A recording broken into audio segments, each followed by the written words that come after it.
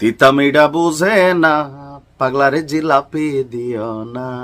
পাগলা কিন্তু জাতি হিসাবে পাগলা জাতি, শুধুমাত্র ভদ্র হওয়ার চেষ্টা করতেছিল, কিন্তু ভদ্র হইলেই তো মানুষ খিলাইতে আসে না বাংলাদেশে।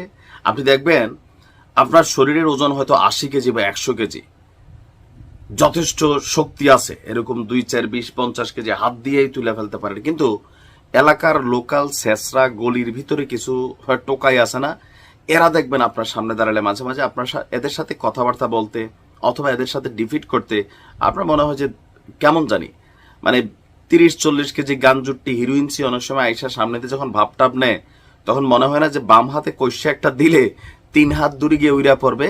বেসিক্যালি ইসরায়েল হচ্ছে এলাকার সেই টোকাই, আর ইরান হচ্ছে সেই আপনি, যার গায়ে 100 কেজি মাংস আছে, শরীরের শক্তি আছে, খালি আমরা চাইছি ভদ্র হইয়া বাঁচতে। আমি যখন নিউজটি করছি, জায়গায় জায়গায় ধোয়া উঠছে।